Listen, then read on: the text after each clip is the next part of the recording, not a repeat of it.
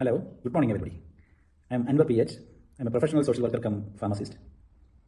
First of all, I would like to thank the authorities of American Gandhian Society, then National Youth Project and Kisan Service Society, those who give me a chance to explain about Gandhi's philosophy, Gandhian philosophy, his legacy and impacts.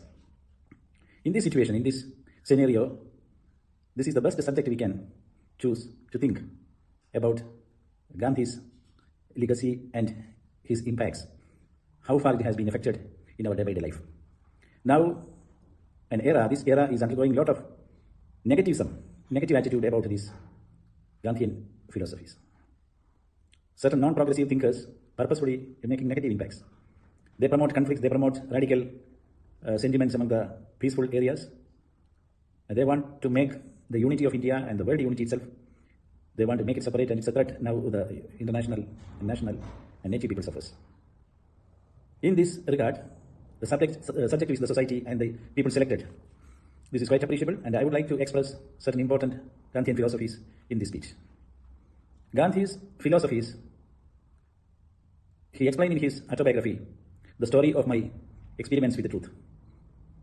In that thought-breaking autobiography, he explained a candid, sincere, non-acting, vivid clarifications about his sufferings, his discriminations, his incidents he come across with, everything very candidly he explained. That intimacy, that attitude itself has achieved Gandhi best personalities of the peace lovers of this world. His ideology is worldwide accepted. The non-disobedience movement, a peaceful gathering, and it's a peaceful form of protest, and truth and justice, satyagraha, and the simplicity of living, and to protect and advocacy for the poor, vulnerable communities of the world. He born in 1869.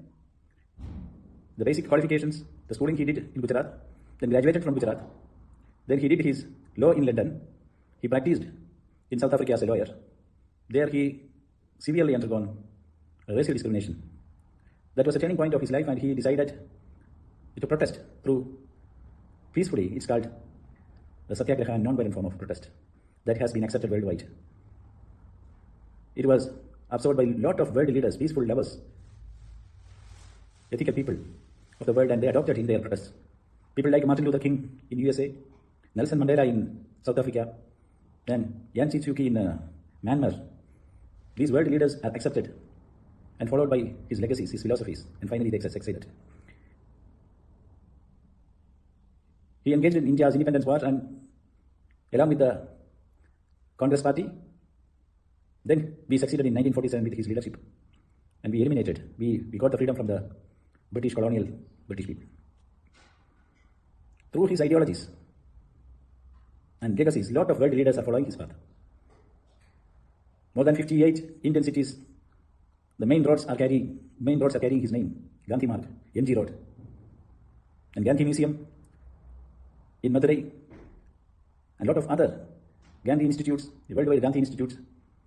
The Gandhi Institute in Washington, in Britain also a lot of monuments. In South Africa, a lot of world-class monuments along with his sculptures also erected there. His native country of India introduced banknotes, depicted his picture on it.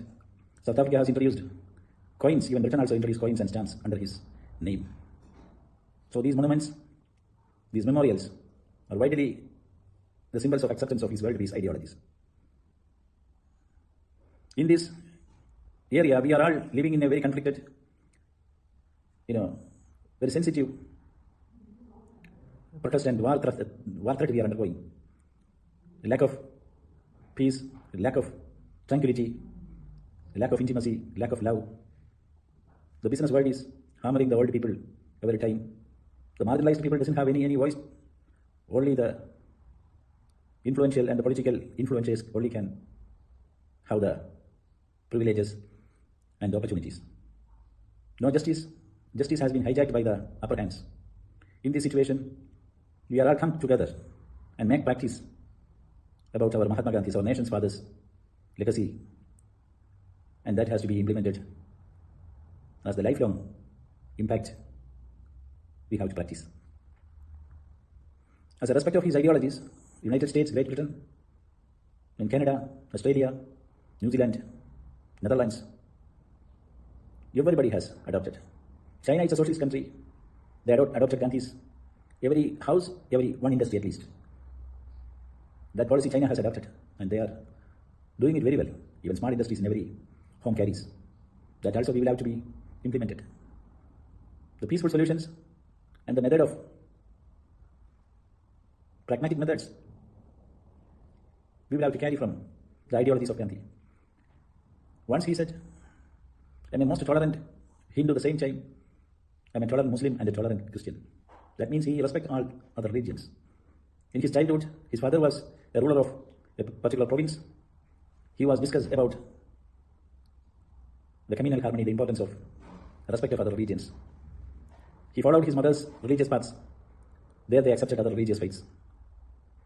That the radical extremists of our India, still, because of that, they are enemy to Gandhi. And finally, some radical extremists killed him in zero gunshot. So our duty to propagate this impact, his philosophical ideologies, that impact to the younger generation as much as. We will have to tell our kid about the sportsman spirit, simple way of living, utilization of available resources, the sustainability, the importance of sustainability, etc. from Gandhian thoughts. So in this regard, the discriminations and the polarization through the religious sentiments, including our nations, are now the threat of such sort of sentiments. This is harmful. Mahatma Gandhi has always an advocate of against the radical extremism. That's why he formulated his ideology of protest and peaceful way of settlements in every aspects. He always be a genuine and ethical and candid personality.